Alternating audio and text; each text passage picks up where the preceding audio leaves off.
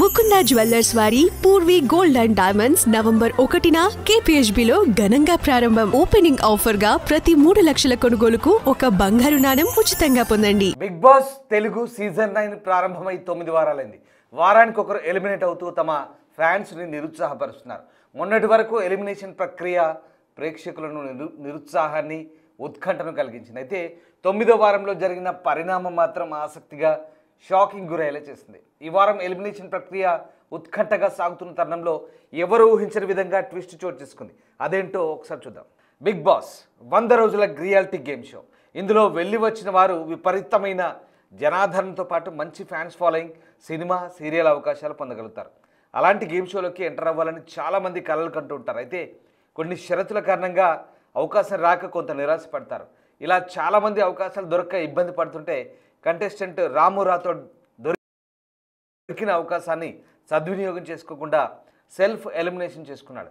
ఇతని self elimination house సభ్యులందరినీ ఎమోషన్కి గురి చేసింది.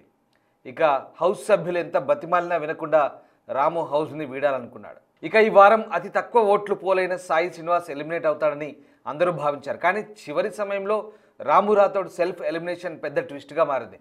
టీవీలో చూసే ప్రేక్షకులకే కాకుండా బిగ్ బాస్ హౌస్లోని సభ్యులకు కూడా షాక్ గురి చేస్తుంది. ఈ వారం మొత్తం రాము రాథోడ్ డల్గా ఉన్న నేపథ్యంలో హోస్ట్ నాగార్జున ఏంటి రాము ఇలా ఉన్నావు అని అడిగారు. అప్పుడు వెంటనే రాము తనకు ఫ్యామిలీ, అమ్మ గుర్తుకొస్తుందని తెలిపాడు. నిద్ర పట్టడం లేదని, అందరూ ఒంటరిగా ఉన్న ఫీలింగ్ వస్తున్నట్టు తెలిపాడు.